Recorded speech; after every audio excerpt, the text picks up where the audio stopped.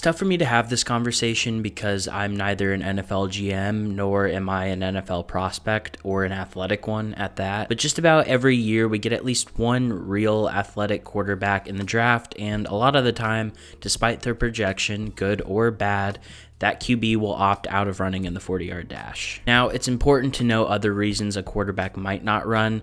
For starters, it's another risk of injury. Also, if you're an athletic quarterback and you run a bad 40, it could tank your stock. One reason that persists is that if an athletic quarterback runs the 40 and they aren't a lock top pick and they get a good time, teams will view them as a potential position change. If a mobile quarterback runs a fast 40, some teams may want to move them to running back or receiver or even tight end.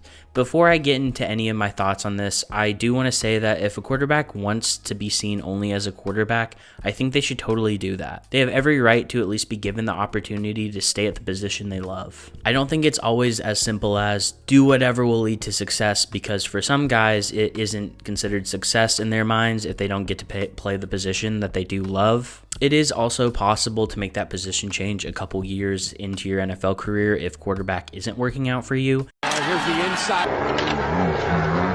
And I will do it for you. I know it is a lot harder than doing it as a rookie, but it still is possible. Jalen Milroe decided not to run the 40 this year, and that kind of bugged me. Let me explain Jalen Milroe's situation a bit.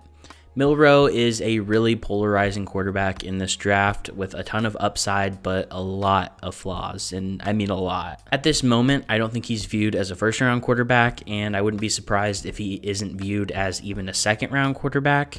On the other hand, this is a QB-needy NFL at this moment without a ton of options, whether that be in the draft or free agency. If there were a year for an NFL team being willing to reach on a quarterback like Jalen Milroe at the end of the first or early second, it's this season. I think Milroe running a really convincing 40 could have been the deciding factor as to if he's that guy or not. Looking at a quarterback like Lamar Jackson, who was asked to try different positions at the combine but stuck to his guns and stayed at his position. People who have suggested that you should try to change your position and play receiver.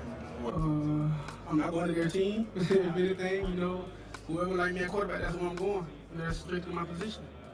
Has helped quarterbacks like Milroe succeed in the NFL at quarterback. Lamar aside, I think Justin Fields has also helped future mobile quarterback prospects.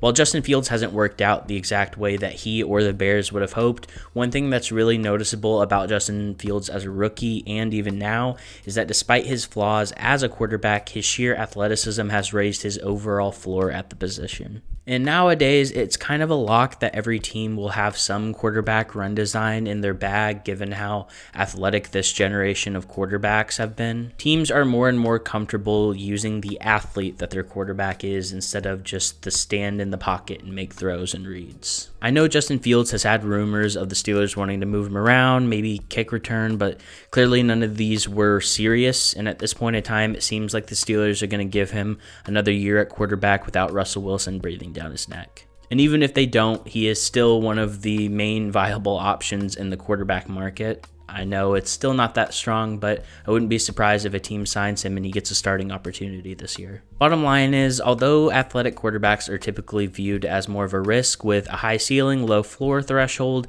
I think this generation of quarterbacks, young quarterbacks, has proved otherwise in a lot of ways. One last example for maybe a different demographic of quarterbacks that someone like Jalen Milroe could fit into is Malik Willis, who really comes to mind in this conversation. He stepped in this year for the Packers while Love was hurt and kept them in the mix, winning football games. He didn't have to rely on getting really comfortable with the offense as a starter really fast, and he didn't need to impress with his arm, although he was diming people up, let's be honest. The Packers were able to lean into the run game, and it really worked out for them. I think a role like Malik Willis could be great for someone like Jalen Milroe, and running the 40 might have added a little extra case for cause for why Milroe could be drafted earlier. My consensus is that being a high-end athlete at the quarterback position actually raises the floor that a player has, and I think other teams are starting to view this the same way I do. That brings me back to the question that I kind of started with: should Milroe have run the 40? Again, I'm not him, and I don't have the lens of a GM, but I'll try with one thought experiment I have. I think it depends on whether or not that 40 would be good or not. Looking at other quarterbacks that did run the 40, I think Justin Fields is a bit faster than Milroe based on film. Fields ran a 4.46, and another similar quarterback, Anthony Richardson, ran a 4.43. I think if Milroe ran anything under a 4.55, it would have likely increased his stock.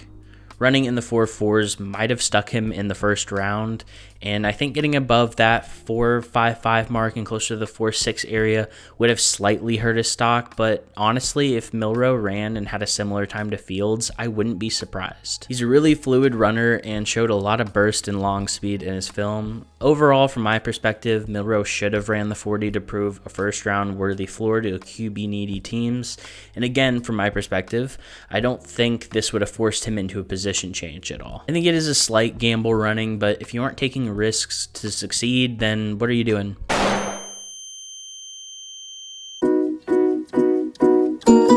It is kind of difficult talking about the combine these days because it seems like it's becoming a little bit less important.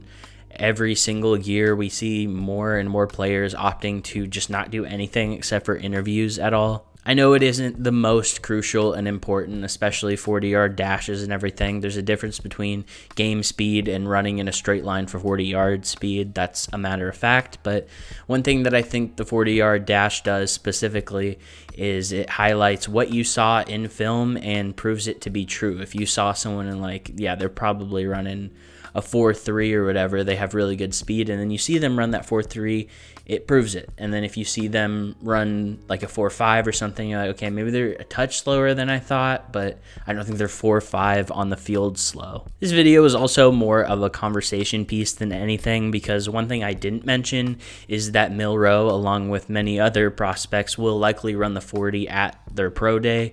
However, these numbers are often skewed, which might be why he wants to do it. Let me know what you think. Bye.